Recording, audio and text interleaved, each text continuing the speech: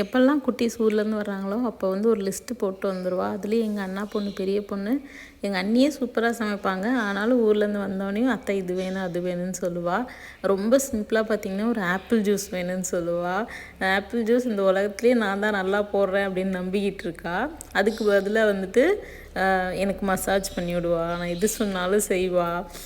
ஒரு லிஸ்ட்டு வச்சுருப்பா, இது எது வேணும் அப்படின்னு சொல்லிட்டு அதை சொல்லுவாள். பீஸா வேணும், ப்ரௌனி வேணும், கேக் வேணும். நம்ம பண்ணும்போது நம்ம கூடயே இருப்பாள். ஸோ ஊர்லேருந்து அவங்க வந்தாங்கன்னாவே ஆரியனுக்கு ஜாலியாக இருக்கும் இல்லையோ, எனக்கு ஒரு மாதிரி ஜாலியாக இருக்கும். கத்திக்கிட்டு கலாட்டாவாக தான் இருக்கும். வீடே வந்து யூஸ்வலி வந்து வீடு ரொம்ப சைலண்ட்டாக இருக்குங்க.